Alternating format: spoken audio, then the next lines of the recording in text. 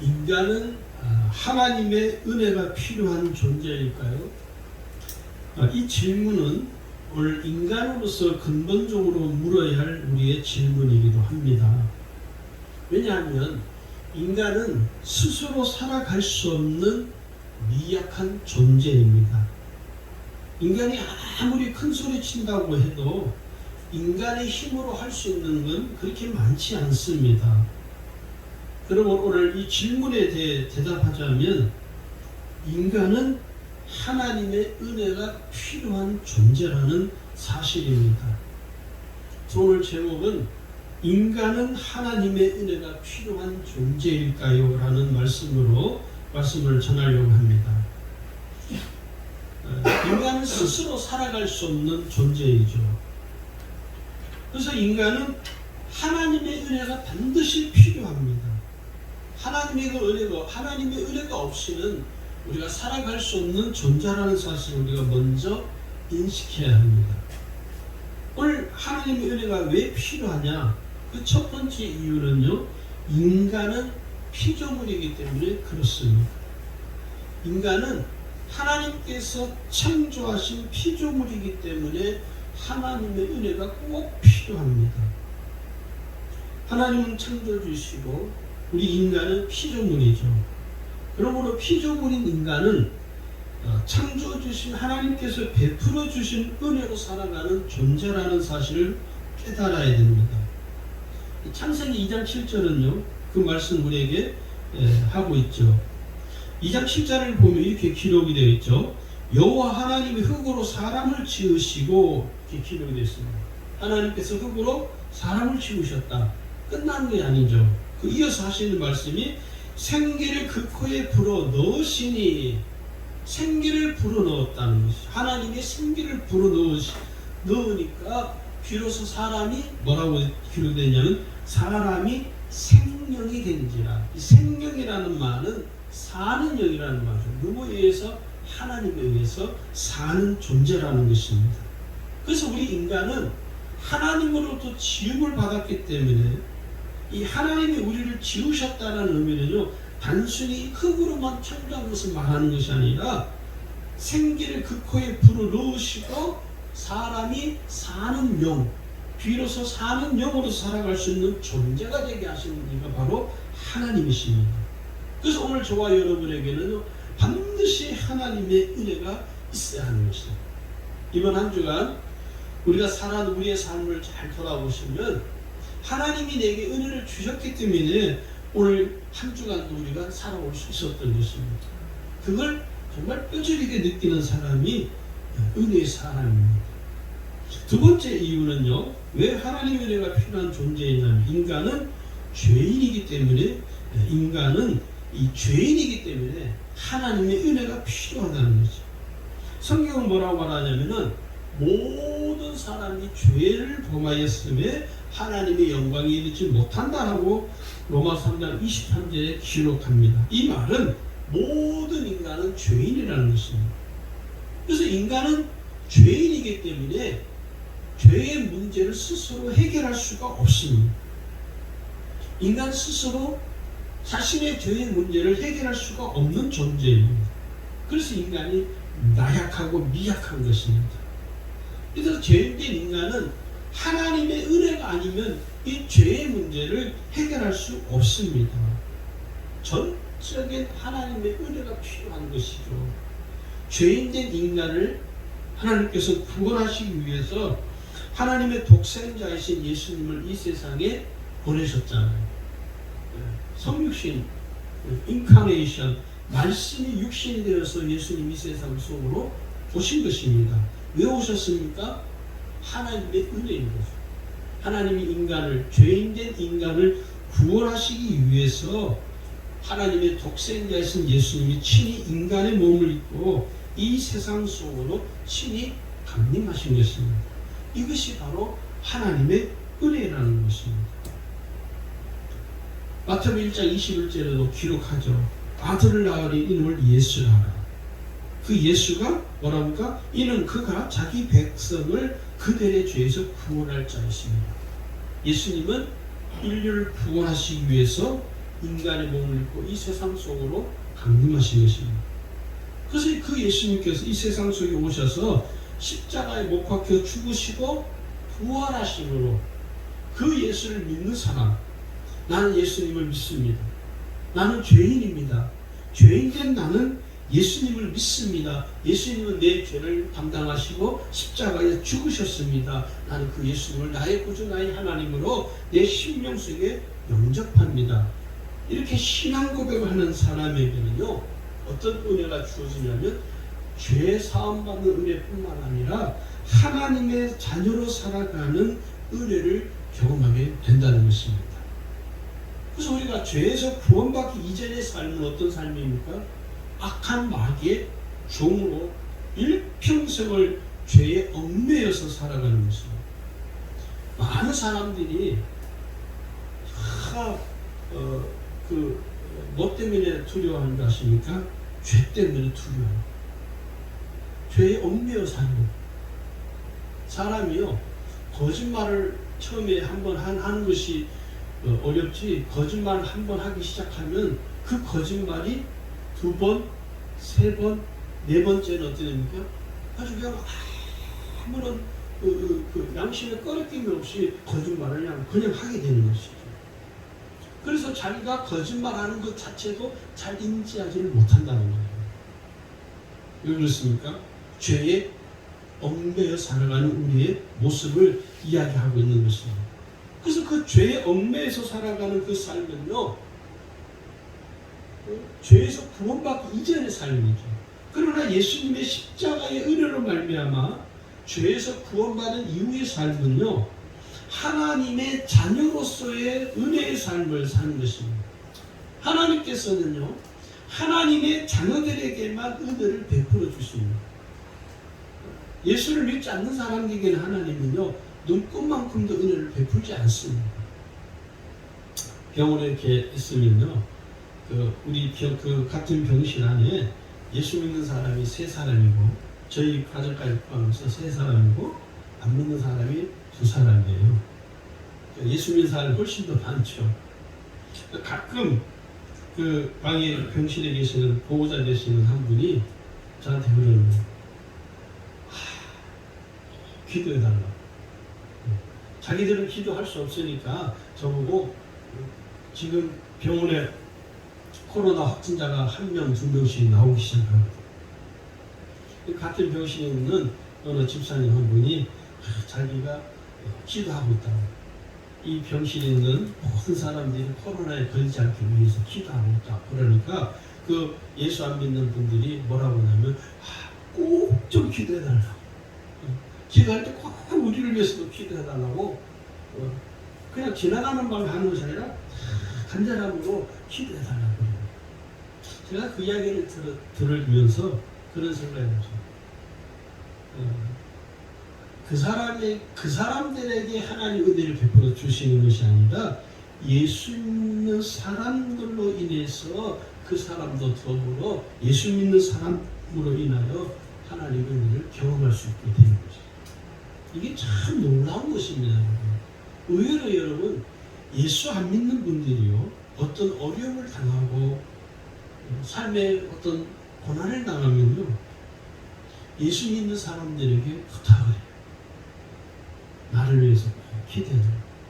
당신이 믿는 하나님께 나를 위해서 꼭 기도해달라고 부탁을 해요.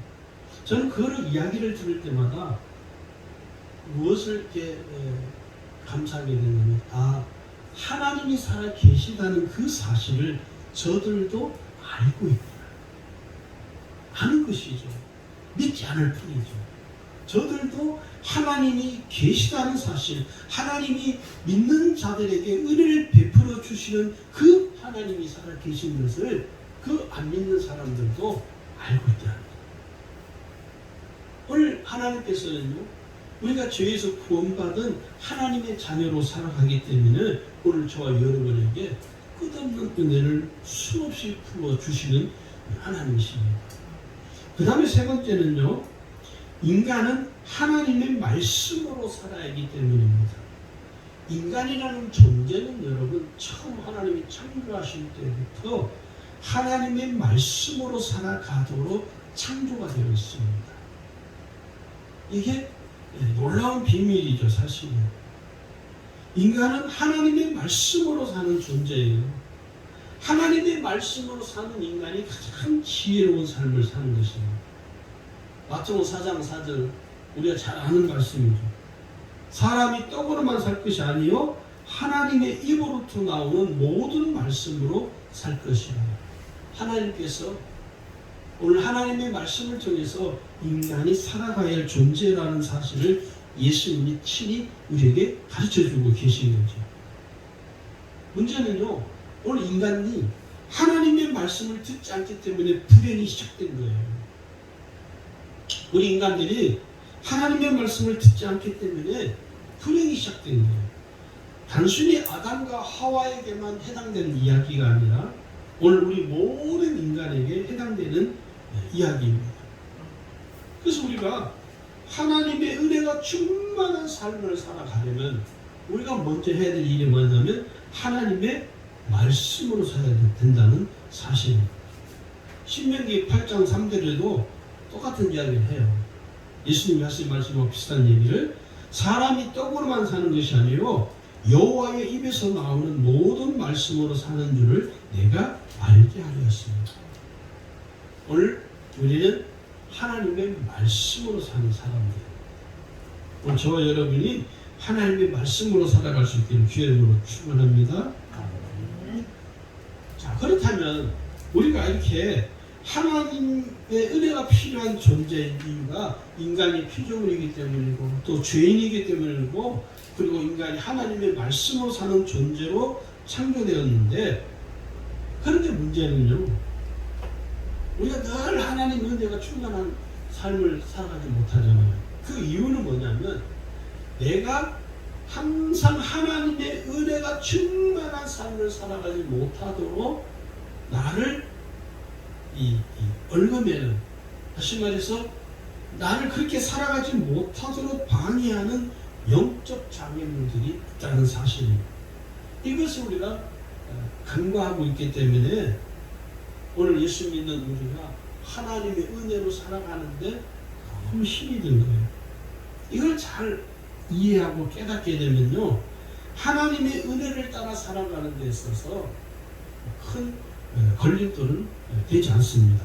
그 하나님의 은혜를 따라 살지 못하게 방해하는 영적 장애물들이 첫 번째가 뭐냐면 하나님을 향한 마음이 결핍이 된 영적인 상태에 놓여 있다는 것입니다. 하나님을 향한 나의 마음이 결핍이 되어 있어요.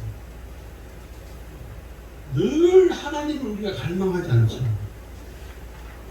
그래서 나도 모르게요, 신앙생활을 하는 중에 때때로 자기 자신도 모르는 사이에 어느 순간부터인가 하나님을 향한 갈급함이 사라질 때가 있습니다. 이러한 영적인 상태를 그대로 방치하게 되면요, 심각한 지경에 빠지게 된다는 사실을 우리가 알아야 됩니다. 그래서 로마서 1장 28절에서 우리에게 경고를 합니다. 이렇게 말씀하죠. 또한 저희가 마음에 하나님 두기를 싫어하며 하나님께서 저희를 그 성실한 마음대로 내어버려 주사 합당치 못한 일을 하게 하셨으니, 우리가 우리 마음속에 하나님 두기를 싫어한다는 거예요. 이 말은 무슨 말입니까? 하나님을 향한 갈급함이 내 심령 속에서 나도 모르는 사이에 사그라지고 시들어버린다는 거예요. 사라진다는 거예요. 그래서 신앙생활이 힘들고 어렵게 여겨지는 거예요. 마음이 권고해질 수밖에 없다는 것입니다. 그래서 하나님을 향한 갈급함이 사라지니까 뭐가 문제가 생기냐? 하나님의 은혜를 사모하는 그 신앙심도 사라지는 거예요. 그리고 삶의 기쁨도 사라져버려요. 매일 짜증나요. 요즘 같은 여름 날씨에 더우잖아요. 짜증나요. 왜 그럴까요? 내 심령 속에 나도 모르는 사이에, 나도 인식하지 못하는 사이에 하나님을 향한 갈급함이 내 속에서 이미 사라져버린 거예요. 소멸되어 버린 거예요. 그래서 짜증이 나고 그냥 화가 나고 더군다나 이 여름 같은 데는 더우니까 에이 이놈의 날씨 왜 이렇게 더워. 자기도 모르게 분노하고 화를 내고 화를 견디지 못하는 거죠. 그 속에 하나님을 향한 갈급함이 없기 때문에 그렇습니다. 그래서 이런 상태가 오래되면요, 삶과 신앙생활 자체에 해이를 느끼게 됩니다. 그리고 결국은 타성에 젖어들게 된다는 것입니다. 타성에 젖는 건요, 이제 마지막 아주 비참한 지경에 이르게 됩니다. 어떻게 변하느냐? 종교인으로 전락한다는 것입니다. 가장 무서운 것은요, 구원받은 그리스도인으로 사는 것이 아니라 종교인으로 산다는 거예요. 이게 무서운 겁니다. 여러분, 이미 성경에서 예수님은요, 오늘 구원받은 그리스도인들에게 종교인으로 살아가지 말 것을 강력하게 우리에게 가르치고 계십니다. 바리새인, 서기관, 사두개인들은 종교인들이었습니다. 신앙인들이 아니에요. 그들의 신앙을 본받지 말라고 그래요. 그들처럼 살아가지 말 것을 예수님이 강력하게 우리에게 권고하고 있죠. 자, 마태복음 23장을 여러분 좀 펴보시기 바랍니다. 마태복음 23장 13절에 보니까 예수님께서 이 바리새인 서기관들을 향하여 엄하게 책망합니다. 13절을 보시면 화 있을진저 외식하는 서기관들과 바리새인들이여, 너희는 천국문을 사람들 앞에서 닫고 너희도 들어가지 않고 들어가려 하는 자도 들어가지 못하게 하는 것. 이 말씀은요, 오늘 우리를 향한 경고예요. 경고성 메시지입니다. 오늘 내가 나 때문에 나도 천국에 못 들어가고 다른 사람도 천국에 못 들어가게 내가 천국을 막고 있다는 거예요. 그런 자들을 향하여 예수님은 그런 자들처럼 너희가 되지 말라는 거예요. 왜 그렇습니까? 이 종교인들의 특징이 뭐냐? 25절을 보시면 화일실전적 외식하는 서기관들과 바리새인들이여, 잔과 대접은 겉은 깨끗하되 그 안에는 탐욕과 방탕으로 가득하다. 아주 탐욕과 아주 욕심이 가득한 일, 탐심과 탐욕이 가득하고 허랑방탕한 그 삶이 가득하다는 그 속에는 겉으로는 안 보이는데. 그러면서 26절을 보세요. 눈먼 바리새인이요, 너는 먼저 안을 깨끗이 하라. 그리하면 겉도 깨끗하다. 겉과 속이 다르다는 것을 이야기하는 거죠. 27절을 보면요, 화 있을진저 외식하는 서기관들과 바리새인들이요, 회칠한 무덤과 되니 겉으로는 아름답게 보이나 그 안에는 죽은 사람의 뼈와 모든 더러운 것이 가득하다. 무덤에 비유를 하는 것입니다. 그들의 실체를 예수님 뭐라면 회칠한 무덤과 같은 자들이라고 경고하고 있지. 오늘날 교회 안에요, 종교인으로 사는 자들이 있음을 이미 아시기 때문에 오늘 우리에게도 종교인으로 살아가지 말 것을 권고하시는 것입니다. 그리고 오늘 저와 여러분요, 예수님의 말씀을 잘 듣고 그 말씀에 따라야 합니다. 왜냐? 혹시라도 나도 모르는 사이에 종교인으로 살아가고 있는 자신을 봐야 돼요. 그래서 참 안타까운 건요, 자기 자신이 종교인으로 살아가고 있는 자신을 잘 못 봅니다. 그게 참 이게 문제가 심각하죠. 종교인으로 사는 나의 삶을 늘 주의하고 경계할 수만 있다면 그 사람 영적으로 깨어있는 사람. 참 안타까운 것은 자기 자신이 그걸 잘 못 봅니다. 못 봅니다. 제가 감리사할 때 연애안에 행사를 참 많이 하죠. 가서 보면 저는 지금 감리사가 다 그만두게 너무 홀가분해요. 그런 모습을 안 보게 돼서 너무 감사해요. 하나님께 가면 이렇게 행사 이렇게 하는 걸 지켜보면, 아, 이건 종교인의 행사구나. 이 신앙인들의 어떤 예배가 아니라, 아, 이건 하나의 종교인들의 예배에 불과하다는 것을 너무 느끼는 거예요. 한 번은 기도를 하는 중에 하나님께서 제 마음에 안타까움을 주고, 제가 말로 다 어떻게 다 이야기할 수 없어요. 제가 은퇴를 하면 그런 부분들에서 정말 독설을 좀 하는 설교를 하고 싶어요.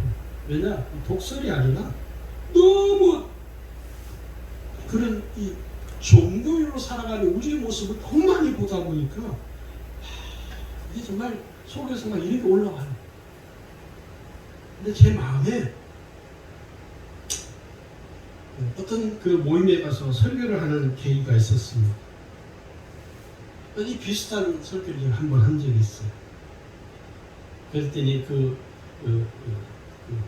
온 사람들의 얼굴이 아주 막 찌그러지는 거예요.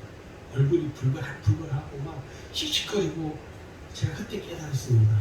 아, 이 말씀을 들으시는 자는 여기 없구나. 그래서 말씀을 하다가 말씀을 좀 바꿨어요. 여러분, 우리가요 정말 종교인으로 사는 것을 두려워해요. 왜냐? 나도 모르는 사이에 그리스도인으로 사는 것이 아니라 종교인으로 살아가는 삶이 되어버린다면 그 삶은 반드시 하나님이 심판하십니다. 참 이게 무서운 일이거든요. 오늘 우리 주님의 교회 성도들은 종교인이 아니라 그리스도인으로 살아갈 수 있기를 주님으로 꼭 축원합니다. 두 번째는요, 처음 사랑을 잃어버린 영적 상태입니다. 하나님의 은혜를 따라 살지 못하는 영적 장애물 중에 두 번째가 뭐냐면 처음 사랑을 잃어버립니다. 구주이신 예수님을 믿을 때 받았던 그 구원의 감격과 감동을 이미 다 잃어버립니다. 기억도 나지 않아요. 어떤 분은 그러시더라고요. 아니, 지사님, 예수 처음 믿을 때 받았던 그 구원의 감동과 감격이 한번 생각을 해보라. 그랬더니 뭐라 하냐? 아니, 목사님, 잘 생각이 안 나요. 그 사람이 이미 구원의 감격과 감동을 다 잃어버리는 거예요. 생각이 안 난다는 건요, 심각한 소리.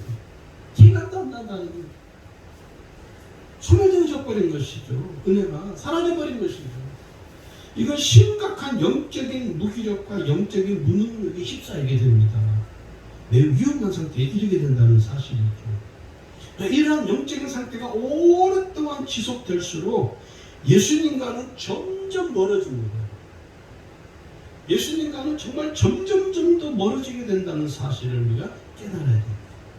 왜냐하면 타락한 신앙의 첫 출발점이 되기 때문에 그렇습니다. 내가 예수를 믿는다고 말은 하지만 내 삶 자체가 이미 타락되어져 버립니다. 타락되어졌다고 해서 뭐 예수님을 난 안 믿을 거야, 나는 예수님을 믿지 않을 거야, 이렇게 노골적으로 하는 것이 아니라 이미 그 마음 속에서 예수님을 의지하고자 하는 마음, 하나님을 간절히 구하는 마음이, 은혜를 간절히 구하는 마음이 이미 사라져버린 것이죠. 여러분 한번 잘 생각하겠습니다. 이걸 한 주간 살면서 내가 얼마나 하나님 앞에 은혜를 구하며 살아왔나, 내가 얼마나 하나님 앞에 처절하게 하나님 내게 은혜를 주십시오, 울며 불며 하나님의 은혜를 간절히 구하며 살아왔는가를 우리 자신을 딱 돌아보면 알 수 있어요. 아, 내게 내 신앙이 위험한 지경에 지금 이르렀구나. 내가 지금 하나님의 은혜를 구하지 아니한다는 것은 내가 지금 매우 위험한 영적 상태에 도달했다는 사실을 우리가 인식해야 됩니다. 그 성경을 우리에게 뭐라고 권고하냐면요, 계시록 2장 4절에 보면요, 이렇게 말씀합니다. 처음 사랑을 버렸다. 처음 사랑을 버렸다는 거예요. 오늘 교회에게만 이야기하는 문제가 아니라 이건 개인에게도 똑같은 말씀입니다. 너를 책망할 것이다. 너가 처음 사랑을 버렸다. 오늘 우리가 처음 사랑을 버렸기 때문에 하나님을 향한 갈급한 심령이 내 속에서 계속 솟아나지 않는 거예요. 그러다 보니 어떤 일이 빠지게 되냐면, 이 처음 사랑을 회복하지 않으면요, 악한 마귀로부터 영적인 공격을 받습니다. 영적인 공격이라니까 우리는 이렇게 생각해요. 뭐 병들고 뭐 귀신 들리고 사업이 실패하고 집안이 뭐 망하고 그것만을 이야기하는 것이 아니라 악한 마귀는요 그렇게 노골적으로 공격하지 않습니다. 악한 마귀의 영적인 공격이 얼마나 무서운 건지 아십니까? 내 마음속에서 근본적으로 내 심령 속에서 하나님을 향한 마음이 전혀 일어나지 않는 거예요. 지금 나는 삶이 무기력한데도 그냥 그 삶이 무기력한 그 상태를 그냥 놓아버린 거예요. 삶이 무기력한 우리는 누굴 찾아야 돼요? 하나님을 찾아야 돼요. 하나님 내게 은혜를 주시고요. 근데 그런 마음이 내 속에서 근본적으로 일어나지 않는다는 거예요. 일어나지 않도록 나의 삶을 이렇게 얽어매 버리는 거예요. 그게 악한 마귀의 영적인 공격이라는 사실입니다. 이 처음 사랑을 회복하려면 딱 두 가지가 여러분 필요합니다. 다른 것보다도 가장 중요한 두 가지가 필요한데요. 말씀과 기도입니다. 하나님의 말씀과 기도. 디모데전서 4장 5절 말씀하죠. 하나님의 말씀과 기도로 거룩하여집니다. 7절을 보면요. 망령되고 허탄한 신화를 버리고 경건에 이르도록 내 자신을 연단하라. 육체의 연단은 약간의 유익이 있으나 경건은 범사에 유익하니 금생과 내생의 약속이 있는 거예요. 오늘 우리에게 뭐라고 하니까 말씀과 기도로 우리의 처음 사랑을 회복해야 된다는 것입니다. 세 번째는요. 하나님의 은혜를 소홀히 생각하는 상태입니다. 하나님의 은혜를 받는 건요. 오늘 구원받은 우리 성도들에게는 매우 특별한 영적인 축복이죠. 너무나 귀한 거죠. 그래서 우리가 하나님의 은혜를 받는 영적인 축복을 소홀히 하지 않도록 해야 합니다. 하나님께서 내게 베풀어 주시는 은혜를 항상 귀하게 여겨야 된다는 거죠. 이 야곱과 에서를 우리가 이렇게 놓고 두 사람 놓고 비교를 해보면 어떻습니까? 에서는요 하나님의 은혜를 귀하게 여기지 않고 하찮게 여겼습니다. 반면에 야곱은 하나님의 은혜를 항상 귀하게 여겼습니다. 이 야곱과 에서의 다른 점이 여기에 있는 거예요. 결국 여러분 하나님은 누굴 축복합니까? 야곱을 축복하죠. 에서는요 하나님을 축복하지 않습니다. 오늘 우리 주님의 성도들이 에서처럼 어리석은 사람이 되지 말고 야곱처럼 지혜로운 사람이 되기를 주의 축원합니다. 네 번째는요 말씀을 소홀히 할 때입니다. 하나님의 말씀은 영이요 생명이신 말씀이죠. 그 말씀이 내 생명을 살리는 것입니다. 그래서 하나님의 말씀을 듣고 생명이 사는 거예요. 하나님의 말씀을 정말 진실로 들으면 그 심령 속에서 생명이 살아나는 역사가 일어나는 거예요.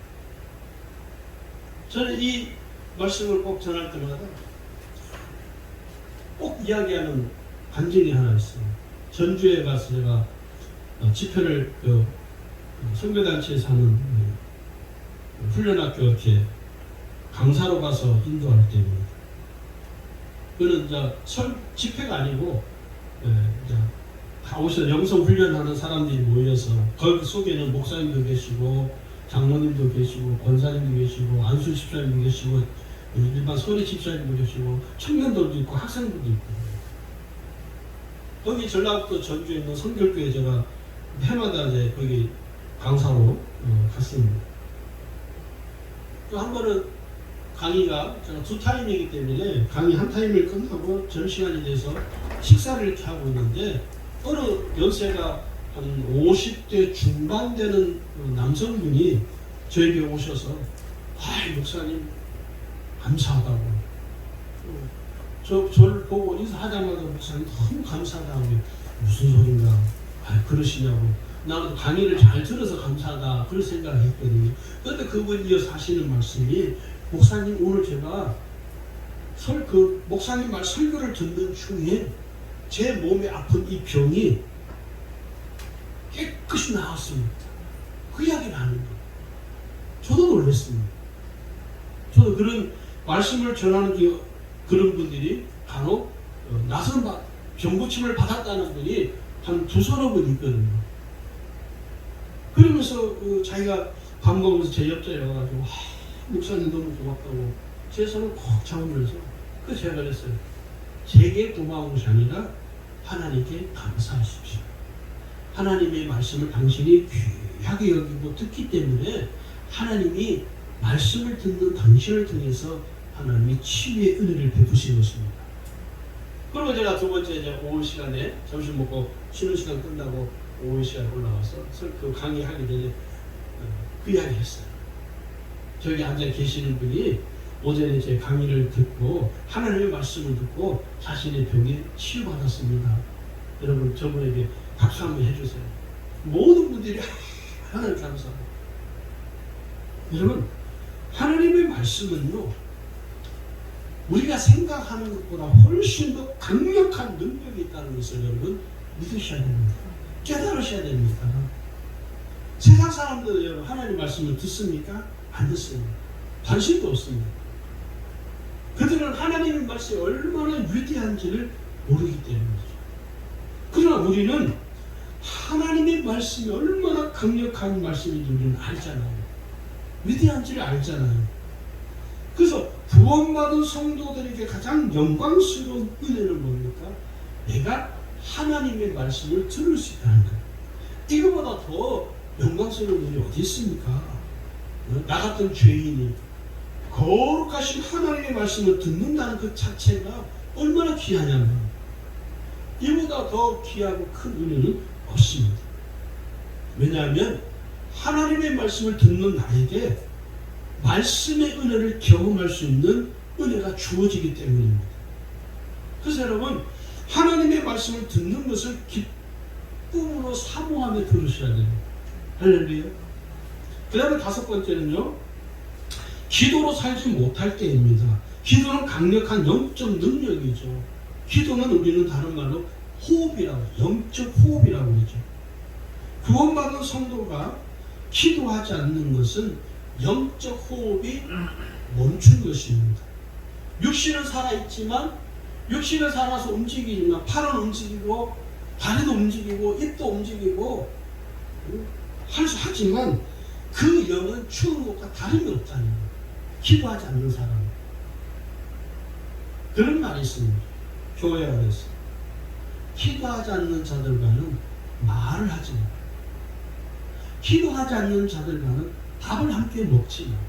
기도하지 않는 자들과는 절대로 친하지 마. 왜요? 그 영은 이미 죽었기 때문에 그래요. 동의하십니까? 영이 죽었기 때문에 기도하지 않는 사람들과 이야기해봐야 서로 말이 통하지 않습니다. 여러분 죽은 시체와 말하는 사람을 봤습니까? 안 통하는 거예요. 서로 소통이 안 되는 거예요. 그만큼 기도가 중요하다는 거죠. 기도가 얼마나 중요했는지 구약에 보니까요. 사무엘상 12장 23절에서 사무엘 선지자는 이렇게 고백합니다. 나는 너희를 위하여 기도하기를 쉬는 죄를 여호와 앞에 결단코 범치 아니하고 이렇게 고백합니다. 기도하지 않는 것을 이 사무엘 선지자는 뭐라고 씁니까? 죄라고 여겼다는 거예요. 또 기도의 사람 한 사람이 더 있죠. 다니엘입니다. 다니엘은 하루에 3번씩 기도하는 사람이죠. 다니엘이 기도한다는 사실을 애굽에 있는 모든 사람이 다 알아요. 모든 사람이 다 압니다. 그래서 그 다니엘을 죽이려고 모의를 하죠. 금령을 만들어서 다니엘로 하여금 기도하지 못하도록. 그런데 다니엘은 어떻게 합니까? 기도합니다. 아무리 자기를 죽이려고 모함을 해도 다니엘은 절대로 굴하지 않고 예루살렘을 향하여 창문을 열어놓고 하루에 3번씩 무릎을 꿇고 하나님께 기도했다는 거예요. 다니엘이 영이 살아있는 거죠. 늘 기도하는 그 다니엘, 하나님 어떻게 하십니까? 그 생명을 지키시잖아요. 하나님이 그 생명을 붙들고 계시잖아요. 하나님이 그 생명을 함께 하시는 거예요. 사자굴에 던져진 그 다니엘, 하나님이 함께 하시면 그 생명을 지켜주시고 다니엘을 하나님 우뚝 세워주시잖아요. 왜요? 기도하는 사람은 다른 거예요. 여섯 번째는요, 죄를 범하였을 때입니다. 죄는 하나님과 구원받은 우리 사이를 가로막는 강력한 영적인 벽입니다. 이 벽은 무너지지 않습니다. 이 죄의 장벽은 어떤 것으로도 뚫어지지 않습니다. 무너지지 않습니다. 여리고 성보다 더 단단해요. 이 장벽이라는 말은 무슨 말인가? 하나님과 나와의 관계가 이미 단절이 됐다는 것을 말합니다. 그래서 내가 하나님께 아무리 구해도 나의 사정이 하나님께 알려지지 않습니다. 죄의 장벽이 가로막혔기 때문에. 얼마나 무서운지 아십니까? 죄가 요한일서 3장 4절을 보시면요, 성경 우리에게 이렇게 말씀합니다. 죄를 짓는 자마다 불법을 행하나니 죄는 불법이라. 하나님이 가장 싫어하는 죄죠, 죄. 근데 여러분, 이 죄의 장벽을 한 번에 뚫을 수 있는 강력한 능력이 있습니다. 그게 뭔지 아십니까? 회개입니다. 회개하면 그 강력한 영적 장벽인 이 죄의 장벽이 한 번에 무너져 버립니다. 이 죄의 장벽이 허물어지면 비로소 하나님과 나 사이에 소통이 이루어지는 거예요. 영적인 소통이 활발하게 이루어지는 거예요. 그래서 우리가 기도의 응답을 보려면 반드시 뭐가 필요하냐? 회개가 필요합니다. 할렐루야. 회개가 필요한 거예요. 회개하는 사람이 가장 영적인 사람입니다. 늘 회개하는 사람이 가장 영적인 사람이라는 사실이가 알아야. 자, 그럼 우리가 이제 하나님의 은혜를 따라 살아가려면 어떻게 해야 되는가? 첫 번째는요, 믿음으로 사셔야 됩니다. 믿음으로 살아야 됩니다. 믿음을 통해서 하나님 말씀이 이해되어지고 깨달아지고 믿어지는 거예요. 믿음이 아니면 불가능합니다. 제가 처음 20살 예수를 믿었다고 했잖아요. 한 달 동안 거의 한 달 정도입니다. 교회를 다니는데 무슨 말인지 도저히 모르겠어요. 늘 졸리는 거예요. 예배 들어가면 졸아요. 끝나고 목사님 예배 시작하는데 묵도함으로 예배 시작하고 축도할 때까지 졸다가 왔어요. 교회 가도 막 예배 드리고 지겹고. 그런데 한 달쯤 지나서 지금도 잊어버리지 않아요. 너무 생생히 기억. 근로자이나 3월 10일 날 기도원에 가서 거기서 제가 성령이 불을 받았어요. 그런데 희한한 일이 벌어졌어요. 그날 이후로 목사님의 설교가 귀에 쏙쏙 들어오는 거예요. 아니 얼마 전까지 목사님의 설교가 무슨 말인지 도무지 못 알아듣고 무슨 말인지 이해가 안 됐는데요. 믿음이 제게 부어지면서 제게 믿음이 생기면서부터 말씀이 귀에 쏙쏙 들어오는 거예요. 그런데 희한한 일이 벌어져요. 설교를 듣는데 눈물이 그렇게 났어요. 눈물이 나는 거예요. 알 수 없는 눈물이 그렇게 쏟아져요. 예배 1시간 내내 오는 거예요. 그리고 그 성령의 불을 받은 믿음의 은혜를 깨달은 그 다음 날부터 새벽 기도를 다니기 시작했습니다. 이게 어떻게 가능할까요? 믿음을 통해서 가능해요. 믿음이 깨달아지니까 하나님이 내게 믿음을 주시니까 그 믿음을 통해서 말 설교가 들려지고 새벽 기도를 가게 되고 그날 이후부터 예수 믿는 것을 기쁠 수가 없는 거예요. 그래서 그 은혜를 경험한 그날, 그 다음날, 그 다음 주에 직장을 갔는데요. 가자마자 제가 그때는 담배도 피고 술도 먹었잖아요. 어린 나이에.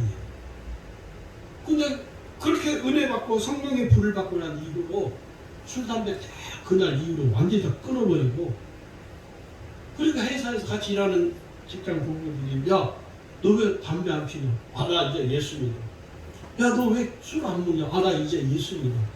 그러니까 놀리는 거예요. 놀리든 말든 그래서 그 직장에서 제가 7명을 한꺼번에 전도를 했어요. 데리고 간 거예요, 교회를. 그 중에 지금 한 사람이 목사가 돼 있어요. 목사가 되신 분이 한 분 있다니까요. 그 어디 가능하냐? 믿음이 충만해지니까요. 가능해집니다. 제 자랑하는 게 절대 아니에요. 오해하시면 안 돼요. 믿음이 아니면 일어날 수 없는 일인 것입니다. 믿음이 충만하면 여러분, 삶이 아무리 힘들고 어려워도 이해가 되어지고 깨달아집니다. 반면에 믿음이 충만하지 못하면요, 자신에게 주어진 삶을 이해할 수 없고 깨닫지 못하게 됩니다. 그래서 믿음으로 사는 것이 얼마나 중요한가를 우리가 알아야 됩니다. 믿음이 얼마나 위대한 줄 아십니까? 마가복음 9장 23절 여러분 한번 보십시오. 마가복음 9장 23절을 여러분, 이 말씀이 여러분에게 믿음이 되기를 바랍니다. 마가복음 9장 23절을 같이 읽어볼까요? 예수께서 이르시되 할 수 있거든이 무슨 말이냐? 믿는 자에게는 능히 하지 못할 일이 없느니라. 할렐루야. 믿음이 이렇게 위대한 거예요. 강력한 거예요. 믿는 자에게는요, 능치 못할 일이 없다는 것입니다. 두 번째는요, 하나님의 은혜를 사모해야 합니다. 하나님의 은혜를 따라 살아가려면 하나님의 은혜를 간절히 사모하십니다. 어떻게 사모하면 될까요? 요즘 사모하는 모습을 저는 요즘 시대에 흔히 볼 수 있는 모습들을 좀 비유를 드리려고 합니다. 대중 가수들을 좋아하면 어떻게 될까요, 여러분? 저도 예수 안 믿을 때 소실적에 조용필이라는 가수를 너무 좋아해서 그가 하는 콘서트를 2번이나 간 적이 있어요. 그리고 조용필이 앨범을 낼 때마다, 그때는 LP판이죠. 7집까지 제가 다 샀습니다. 그 정도로 좋아합니다. 제가 남자인데도 조용필, 그때는 최초로 조용필이 브루마이드가 나왔어요. 팬들을 위해서요. 요즘 말하면 굿즈죠, 굿즈. 남자인 제가 조용필을 너무 좋아하니까 그 브루마이드를 제가 샀어요. 그걸 사가지고 제 방에다가 이렇게 놓기도 하고, 제 일하는 직장에 그걸 붙여놓기도 하고. 어느 병원에 가니까요, 그 병원의 원장님이 트로트 가수를 엄청 좋아하시는 것 같아요. 누구냐면 임영웅의 사진을 병원 곳곳에 붙여놨다고. 근데 그걸 보고 이분은 임영웅이를 참 좋아하시는구나. 여러분, 그걸 우리는 뭐라고 하십니까? 팬덤이라고 합니다. 팬덤이 막강한 가수들이요, 엄청난 재정을 보여드립니다. 그뿐만이 아닙니다. 자기가 좋아하는 가수를 위해서는요, 조공을 합니다. 팬들이 엄청난 액수의 금액을 들여서 그 가수에게 조공을 해요. 이게 뭡니까? 사모하기 때문에. 그 가수를 너무너무 열망하고 사모하기 때문에 자기에게 있는 모든 물질을 다 들여서라도 그 가수를 위해서 다 바치는 거예요. 다 줄 수 있는 거예요. 근데 문제는요, 이 조공의 금액이 여러분 상상을 초월합니다. 어떤 가수는 광고판 하나, 광고에, 서울에 광고를 하기도 하고, 그 광고하는 금액이 얼마나 아십니까? 몇백만 원이 아닙니다. 제가 이 팬덤, 이 팬 문화를 보면서, 그런 생각이 들어요. 예수 믿는 우리가 그렇게 하나님을 열렬히 사모하면 어떨까? 예수님을 좀 그렇게 열렬히 사모하며 가면 어떨까? 그런데 우리 속에 그러한 사모함이 없다는 거예요. 참 안타까운 거죠. 대중 가수에게 자신의 모든 것을 바치는 사람들이 얼마나 많은지 모릅니다. 지금은요, 옛날에는 10대들이 이랬다면 지금은요 10대, 20대가 없어요. 나이의 경계가 없어졌어요. 이미 70대 된 할머니도 이게 20살 된 가수한테 미쳐가지고 오빠라 해요, 오빠.